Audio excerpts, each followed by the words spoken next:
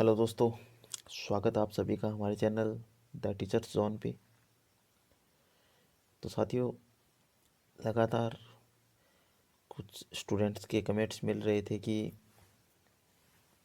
जो 10th class के अंदर जो एक बुक चलती है आर्थिक विकास की समझ, तो उसके जो कुछ ज़्यादा चैप्टर भी नहीं है, 4 या 5 चैप्टर है, तो वो अगर कुछ करवा दिए जाए तो उनको आने वाले जो भी कुछ दिनों बाद में अगर देखा जाए तो वार्षिक एग्ज़ाम स्टार्ट होने वाले हैं, उसके बाद में वार्षिक एग्ज़ाम भी आएंगे, तो दोनों ही समय में बहुत ज़्यादा यूज़फुल रहेंगे।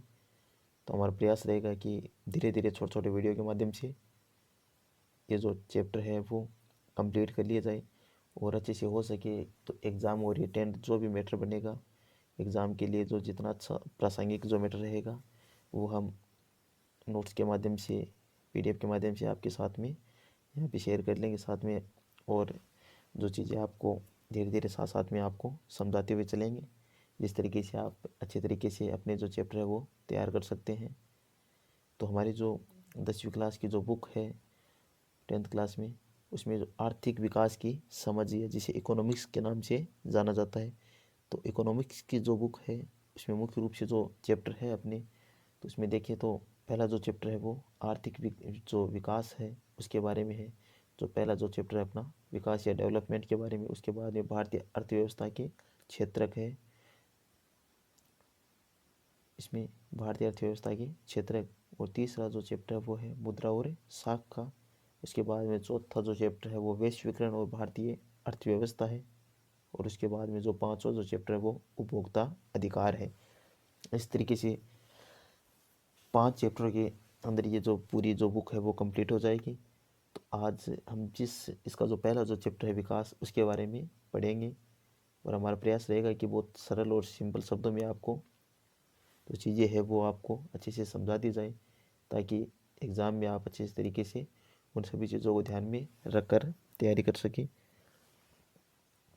और आपको ये जो पीडीएफ है उसके अंदर जिस तरीके से नोट्स तैयार किए गए हैं, आप भी या तो वीडियो है वो पॉज करके आप लिख सकते हैं, या फिर हमारा जो टेलीग्राम चैनल है द टीचर्स जोन के नाम से, उसे आप सर्च कर सकते हैं टेलीग्राम पे, या फिर वीडियो है उसके नीचे भी हम डिस्क्रिप्शन में इसकी जो टेलीग्राम उसकी लिंक डाल देंगे, तो आप वहाँ से जाकर डायरेक्ट हमारा जो चैनल है उसे ज्वाइन कर सकते हैं, और वहाँ से ये जो पीडीएफ है वो मैं वहाँ पे शेयर कर दूँगा, तो वहाँ से आप डाउनलोड करके इसका या तो प्रिंट आउट निकलवा लें, या फिर जो अपनी जो नोटबुक है उसमें आप नोट डाउन भी कर सकते हैं फ़ोन से देख देख के।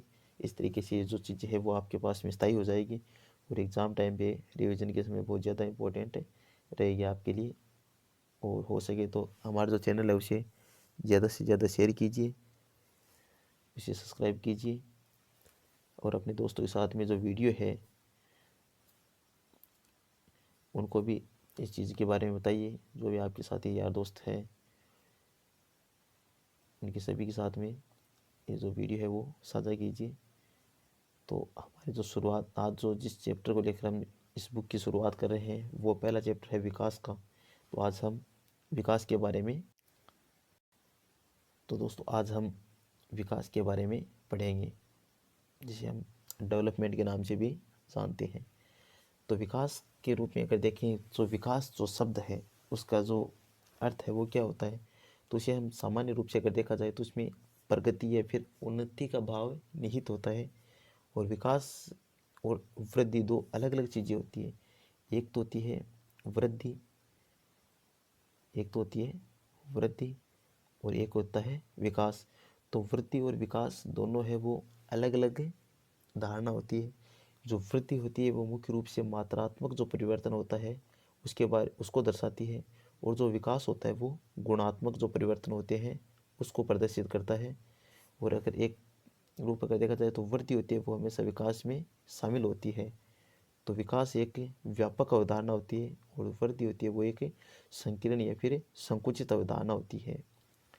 वृद्धि है वो एक व्यष्टि अवधारणा है, और विकास है वो एक समष्टि अवधारणा है। इस तरीके से अगर देखा जाए तो विकास जो शब्द है उसमें एक प्रगति है, फिर उन्नति, जो पहले से जो बेहतर होता है तुलनात्मक रूप से अगर देखा जाए तो पहले से अगर अच्छी स्थिति है और बेहतर या प्रगति हमें देखने को मिलती है तो हम कहते हैं कि विकास हुआ है। इस तरीके से अगर देखा जाए तो एक जो बढ़ता हुआ जो पैमाना होता है वो हमें विकास को दिखाता है। इस तरीके से अगर जो पैमाना अगर बढ़ता हुआ है तो उसका मतलब क्या हो रहा है, विकास हो रहा है। तो विकास है वो एक प्रगतिशील सूचक है, प्रगति का सूचक होता है, चाहे वो जीवन में हो, सामाजिक है, आर्थिक है, सांस्कृतिक रूप से हमारे अगर जो जीवन में जो भी बदलाव आता है, जो भी एक पहले से अगर प्रगति देखने को मिलती है तो हम उसका मतलब क्या होता है कि विकास हुआ है। तो इसमें अगर देखा जाए कि विकास एक सामाजिक, आर्थिक, सांस्कृतिक प्रक्रिया होती है जो व्यक्ति, समाज, राष्ट्र के जीवन में विभिन्न पहलुओं में सुधार को दर्शाती है। तो जो विकास है वो एक मुख्य रूप से सुधार को प्रदर्शित करता है। अब वो सुधार है वो सामाजिक क्षेत्र में हो सकता है, वो आर्थिक क्षेत्र में हो सकता है, वो सांसारिक जो सांस्कृतिक जो क्षेत्र है उसमें हो सकता है। इन तीनों किसी भी क्षेत्र से जुड़ी हुई अवधारणा हो सकती है। जो व्यक्ति के जीवन में, चाहे समाज में या फिर राष्ट्र का जीवन होता है, उसमें जो उन्नति या फिर जो प्रगति हमें देखने को मिलती है उसे हम सामान्य भाषाओं में विकास कहते हैं। अब विकास में अगर और आगे देखें तो इसका जो मुख्य उद्देश्य होता है कि जो समाज होता है उसमें, या जो कोई भी देश होता है उसमें जो शिक्षा का स्तर है, स्वास्थ्य का स्तर हो या फिर औद्योगिक स्तर हो या अर्थव्यवस्था का स्तर हो या फिर पर्यावरण आदि सभी क्षेत्रों में जो समृद्धि और जो सुधार होते हैं उन्हें हम सामान्य भाषा में अगर देखा जाए तो हम विकास के नाम से संबोधित करते हैं। कि जो शिक्षा का क्षेत्र है वो पहले से अगर और अच्छा हुआ है, स्वास्थ्य सुविधाएं बेहतर हुई है, औद्योगिक जो ढांचा है देश का वो अगर सुधरा है, पर्यावरण को अगर जो पहले की तुलना में अगर कम नुकसान हो रहा है, और अर्थव्यवस्था वो तीव्र गति से अगर विकास अपना जो वृद्धि कर रही है तो उसका मतलब क्या हो रहा है, देश में विकास हो रहा है। अब चाहे व्यक्ति के जीवन में भी देखा जाए तो जो शिक्षा है, स्वास्थ्य सुविधा है, अगर व्यक्ति की अगर इन जो पहुँच है, व्यक्ति की अगर पहुँच अगर इन सभी चीज़ों तक आसानी से हो रही है उसका मतलब क्या हो रहा है, विकास हो रहा है। अगर नहीं हो रही होती तो हम कहते हैं कि विकास है नहीं हो रहा है या फिर हानि हो रही है। इस तरीके से अगर देखा जाए इसमें जो सामाजिक और जो मानवीय उन्नति भी शामिल होती है। इसमें जो सामाजिक होती है या फिर मानवीय जो मानविक जो उन्नति है वो शामिल होती है, क्योंकि अगर विकास होगा तो उसमें सामाजिक जो उन्नति हमें भी देखने को मिलेगी और साथ साथ में जो मानव होता है और मानव के जीवन में भी हमें विकास है वो देखने को मिलेगा। तो विकास के अलग अलग लक्ष्य होते हैं। समाज में हर वर्ग के लिए जो विकास का जो अर्थ है वो एक समान नहीं होता है। जितने भी लोग होते हैं प्रत्येक व्यक्ति के जीवन में विकास का जो अर्थ है वो अलग तरीके से हो सकता है कि किसी एक के लिए अगर विकास है तो दूसरे के लिए वो हानि भी हो सकती है। इस तरीके से एक के लिए विकास है लेकिन ज़रूरी नहीं वो दूसरे के लिए विकास हो, उसके लिए नुकसान भी हो सकता है। इस तरीके से अगर देखा जाए विकास के जो लक्ष्य है वो प्रत्येक वर्ग, प्रत्येक व्यक्ति के अनुसार अलग अलग हो सकते हैं। उसमें अगर देखा जाए तो जो पहला उदाहरण हम देखते हैं कि जो भूमिहीन जो ग्रामीण मजदूर है उनके लिए विकास है वो क्या है। तो उनके लिए जो विकास है वो है कि काम करने के अधिक दिन मिले उन्हें और उसकी वजह से उन्हें बेहतर मजदूरी मिले। तो जो एक भूमिहीन जिसके पास भूमि नहीं है, एक ग्रामीण जो मजदूर है, गांव का एक मजदूर है, उसको वो चाहता है कि उसका अगर जीवन सुधरेगा तो उसके लिए क्या है कि उसे ज़्यादा से ज़्यादा काम मिले और काम के लिए बेहतर मजदूरी मिले। तो उसके जीवन में क्या होगा कि आर्थिक सुधार होगा। एक तरह से एक तरह से जो जीवन चलाने के लिए उसके जो बुनियादी जो आवश्यकता है जीवन की उसकी पूर्ति के लिए उसके पास में धन आएगा तो उससे उसका क्या होगा, आर्थिक विकास होगा। स्थानीय स्कूल में उसके बच्चों को जो एक तरह से उच्च क्वालिटी या फिर एक तरह से क्वालिटी पूर्ण एजुकेशन मिले या उत्तम शिक्षा मिले, उससे क्या होगा, उसके जीवन में विकास होगा। कोई सामाजिक भेदभाव नहीं हो उसके साथ में, एक तरह से गांव के नेता बन सके वो, मतलब एक तरह से सामाजिक जो जीवन में उसके साथ में जो एक भेदभाव है, जो बहिष्कार होता है, एक तरह से वो नहीं हो, उसे भी एक तरह से समाज में उसका जो काम है उसे भी समाज में मान्यता मिले। इस तरीके से अगर एक मजदूर है उसके लिए जो विकास के अर्थ है वो इस प्रकार हो सकते हैं। लेकिन अगला जो उदाहरण देखते हैं कि जो पंजाब के जो समृद्ध किसान है उसके लिए जो विकास के अवधारणा है वो क्या है। किसानों को उनकी उपज के लिए ज़्यादा समर्थन, मूल्य, मेहनती और सस्ते मजदूर। तो एक तरह से जो पंजाब का जो एक समृद्ध किसान है उसके पास में जो आर्थिक संसाधन संपन्न एक किसान है वो चाहता है कि उसकी जो खेतों में जो उपज हो रही है उसकी ज़्यादा पैदावार हो और उसे जो उसकी जो पैदावार है उसके लिए जो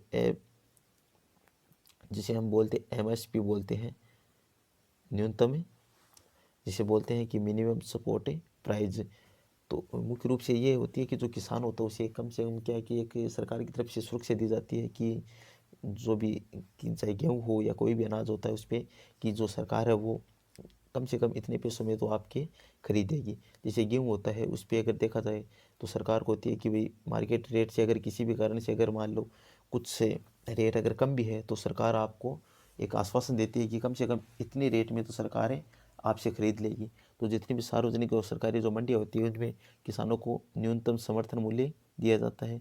तो जो पंजाब का जो किसान होता है वो चाहता है कि उसे ज़्यादा से ज़्यादा जो न्यूनतम समर्थन मूल्य मिले और उसे सस्ते मजदूर मिले और उसकी जो उच्च पारिवारिक जो आय है और उसके बच्चे हैं वो विदेशों में बसने का प्रयास करवाता है, वो बसाने का प्रयास करवाता है। इस तरीके से जो पंजाब का समर्थ किसान है उसके लिए अलग विकास के मायने हैं। हमने देखा था भूमिहीन जो मजदूर है उसके लिए अलग विकास के मायने हैं। उसके बाद में देखते हैं कि शहर में अमीर परिवार की एक लड़की है उसके लिए जो विकास है वो क्या है, तो वो चाहती है कि अपने भाई की जैसी आज़ादी मिले उसे, पढ़ाई है वो विदेश में एक तरह से उसे बिना टोक टोक के उसे विदेश में पढ़ाई करने के लिए उसे अवसर मिले, वो अपना खुद का फैसला है वो खुद के जो जीवन है उसके लिए वो अपना फैसला खुद कर सके। इस तरीके से जो एक अमीर लड़की है शहर की उसके लिए जो विकास के जो मायने हैं वो अलग हो सकते हैं।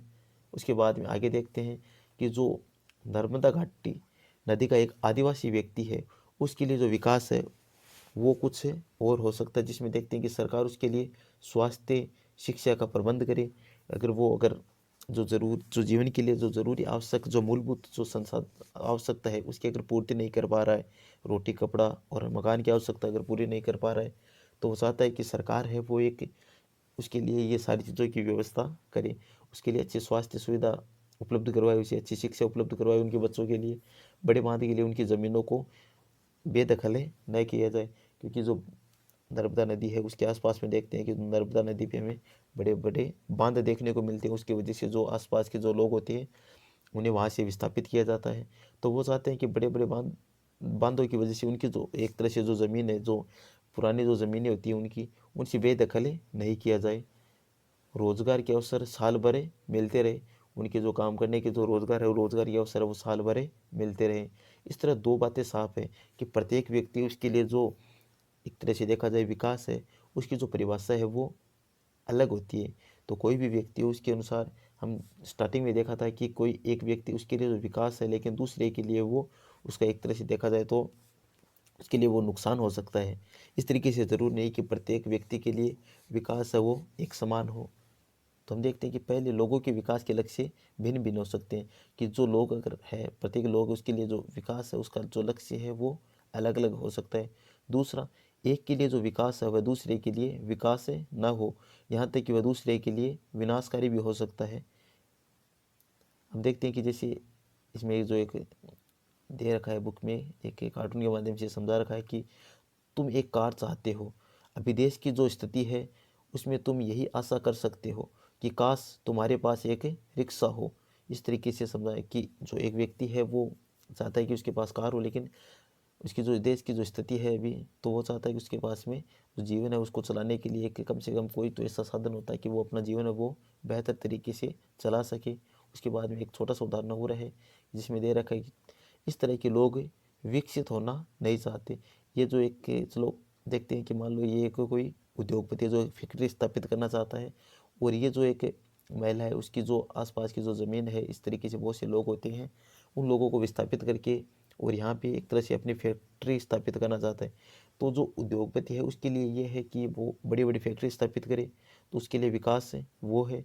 और जो ये महिला है वो चाहती है कि उसका जो जीवन है वो सही तरीके से निर्वहन होता रहे, इस तरीके से उसकी जो मूलभूत जो आवश्यकता उसकी पूर्ति होती रहे, उसे काम मिले, उसकी एक जो जीवन बेसिक जो आवश्यकता है उसकी पूर्ति हो।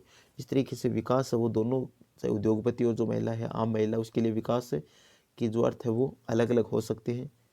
उसके बाद में अगर देखते हैं कि विकास के लिए आय और लक्ष्य, विकास के लिए मिलते जुलते लक्ष्यों को होना भी ज़रूरी है, क्योंकि विकास के लक्ष्य केवल बेहतर आय के नहीं बल्कि जीवन में स्वतंत्र सुरक्षित और संरक्षित वातावरण भी देते हैं। जैसे देखते हैं कि परिवार के लिए अच्छी सुविधाएं साथ ही पर्याप्त समय भी कोई व्यक्ति है उसे वो चाहता है कि उसके अगर विकास है तो उसके साथ साथ में उसे परिवार के लिए अगर अच्छी अगर मान लो आय अगर अच्छी हो गई उसकी, उसे सैलरी है वो अच्छी खासी सैलरी मिल रही है, तो ज़रूरी नहीं है उसके जीवन में परिवर्तन हो या उसका विकास हो। वो चाहता है कि उसकी जो अगर अच्छी आय मिल रही है, साथ साथ में उसे अच्छी सुविधा भी मिले, उसके साथ साथ में उसे पर्याप्त, और वो अपना जो समय है वो परिवार के साथ में अच्छे तरीके से व्यतीत कर सके। इसलिए हम कह सकते हैं कि उसका विकास हो रहा है।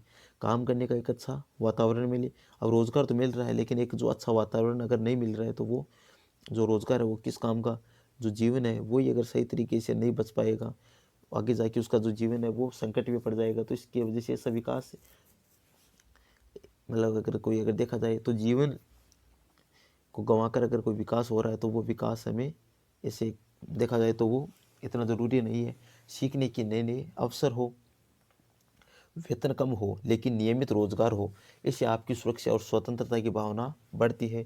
कि अगर पैसे अगर कम हो लेकिन वो नियमित हो, ये नहीं हो कि एक बार अगर मान लो अगर ज़्यादा पैसा मिल रहा है लेकिन फिर काफ़ी टाइम तक हमें कोई रोज़गार के जो अवसर है वो देखने को नहीं मिलते। तो उससे एक तरह से उसको वो चाहता है कि उसको जो जीवन है उसको उसकी सुरक्षा हो और उसे स्वतंत्रता, और जो काम है वो नियमित रूप से उसे रोज़गार मिले।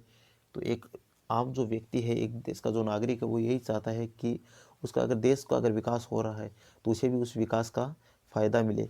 महिलाओं को भी नौकरियां या व्यापार करने का अवसर हो, वातावरण मिलता है तो समाज में उनका आदर भी बढ़ता है।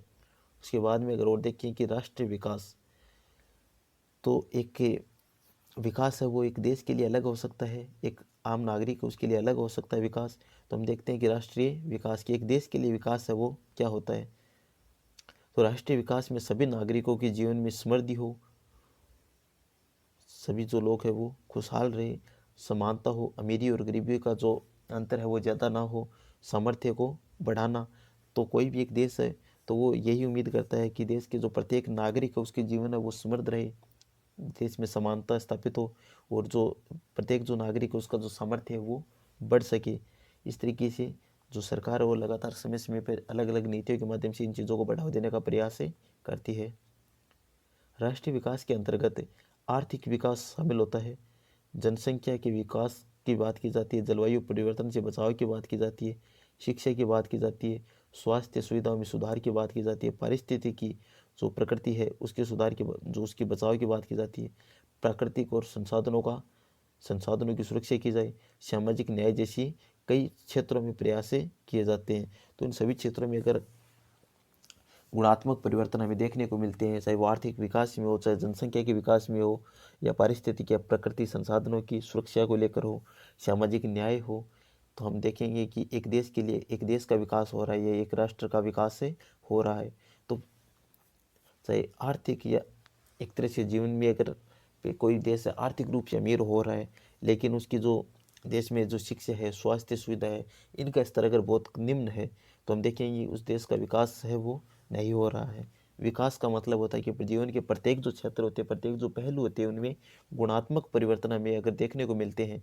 अगर एक अच्छी आय अगर हमें प्राप्त हो रही है तो उसके साथ साथ में अच्छी शिक्षा प्राप्त हो, अच्छी स्वास्थ्य सुविधा प्राप्त हो, एक अच्छा अनुकूल वातावरण पर्यावरण मिले हमें, तो हम कहेंगे कि हमारे देश का क्या हो रहा है, आर्थिक विकास हो रहा है।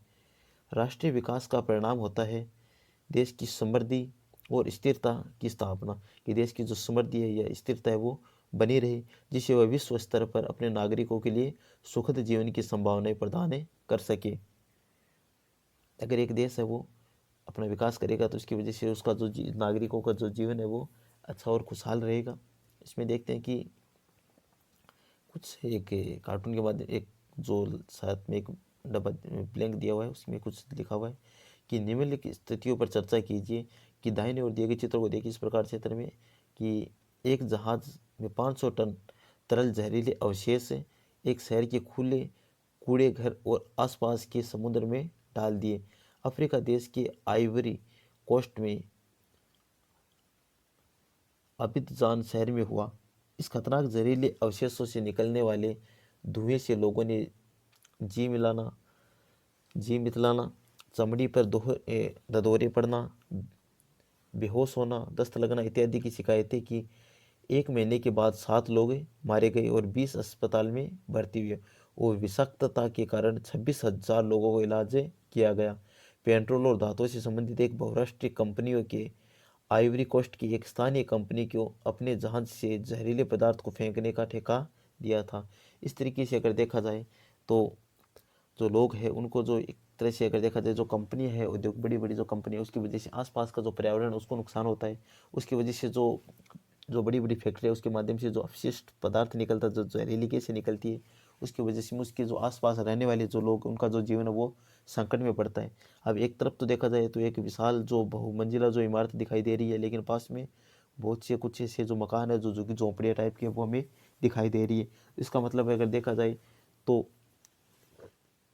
एक रूप में तो हम कह सकते हैं कि देश का विकास हुआ है, लेकिन अगर दूसरी साइड अगर देखें तो हमें लगता है कि देश का विकास से नहीं हुआ है। इस तरीके से अगर प्रत्येक जो नागरिक है उसके जीवन में अगर कुछ सुधार हो रहा है तो हम कहते हैं कि विकास से हुआ है। उसके बाद में अगर देखा जाए तो विकास का आधार क्या होगा किसी देश के लिए, तो देशों के विकास की तुलना करने के लिए उनकी आय सबसे महत्वपूर्ण विशेषता समझी जाती है। कि देश की अगर मान लो अगर कोई अगर देखें कि विकास है तो विकास में अगर देखेंगे कि जो देश होते हैं उनकी जो जीडीपी होती है तो उन जीडीपी की अगर तुलना करके देखें तो एक आय है वो सबसे महत्वपूर्ण साधन होता है। कि दो देशों की तुलना करके हमें पता चल जाता है कि जो प्रति व्यक्ति आय होती है प्रत्येक देश की उसके हिसाब से कि जो किसी भी देश की अगर प्रति व्यक्ति आय अगर ज़्यादा है उसका मतलब उसका जो विकास है वो भी ज़्यादा है। जिन देशों की आय अधिक है उन्हें कम आय वाले देशों से अधिक विकसित समझा जाता है। क्योंकि देखते हैं कि विकास के आधार पर अगर देखा जाए तो जो दुनिया में अगर जो देश होते हैं उसके एक तो विकसित देश होते हैं जिनकी जो प्रति व्यक्ति आय है वो बहुत ज़्यादा उच्च होती है। अगर देखा जाए तो एक अलग विकसित होते हैं जो ना तो विकसित होते हैं और ना ही पूरी तरीके से विकास कर पाते हैं अपना। और एक आता है विकासशील देश जो अब धीरे धीरे विकसित होने की राह पर अग्रसर होते हैं। इस तरीके से अगर देखा जाए तो अधिक आय का अर्थ है मानवीय आवश्यकताओं की सभी वस्तुओं का अधिक होना। तो आय अगर अच्छी होगी या प्रति व्यक्ति आय अगर ज़्यादा होगी तो मानवीय जो आवश्यकता है उनकी वो पूर्ति कर पाएगा। और सभी वस्तुओं का अधिक होना वस्तुओं को अधिक आय के द्वारा प्राप्त किया जा सकता है। अगर आय अगर ज़्यादा रहेगी तो जो प्रत्येक जीवन में जो भी आवश्यक वस्तु है उनकी प्राप्ति की जा सकती है। इसलिए ज़्यादा आय एक महत्वपूर्ण लक्ष्य समझा जाता है। देश की आय क्या है, तो दोस्तों आज के लिए बस इतना ही। देश की आय क्या है और उसके बाद में कुछ प्रति व्यक्ति आय है या फिर मानव विकास सूचकांक है और कुछ जो एक जो वेट प्रति व्यक्ति आय है अलग अलग देशों की तुलना के आधार पर देखेंगे उसमें देखने को हमें मिलेगा। और बाद में सार्वजनिक जो सुविधा है उनके बारे में देखिए बीएमआई क्या है, बॉडी मास इंडेक्स क्या है, उसके बारे में पढ़ेंगे अपन। मानव विकास रिपोर्ट में देखेंगे अलग अलग देशों की तुलना करके बताया गया है विकास की धारणीयता क्या है। और उसके बाद में देखेंगे जो एचडीआई है मानव विकास सूचकांक क्या है, स्वास्थ्य शिक्षा और आय से संबंधित होता है ये। इस तरीके से ये जो बाकी का जो चैप्टर है वो हम अगले वीडियो में देखेंगे।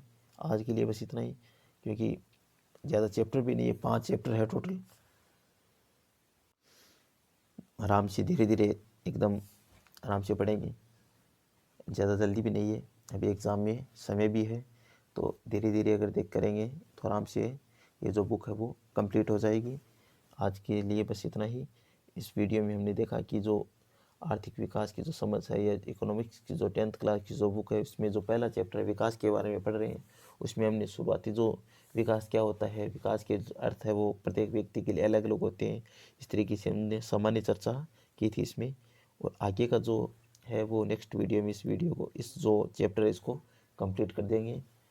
आप ये जो चीज़ें हैं वो नोट्स है वो अपने आप या तो वीडियो है वो पॉज करके आप एक तरह से नोट्स भी बना सकते हैं या फिर हमारे द्वारा जो पीडीएफ है ये एक टेलीग्राम चैनल है द टीचर्स जोन, उसकी जो लिंक है वो वीडियो में जो डिस्क्रिप्शन है उसमें प्रोवाइड करवा दी जाएगी।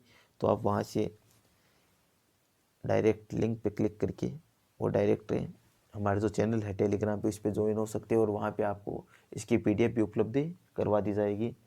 इस तरीके से आप अपनी जो तैयारी है उसे और ज़्यादा बेहतर कर सकते हो।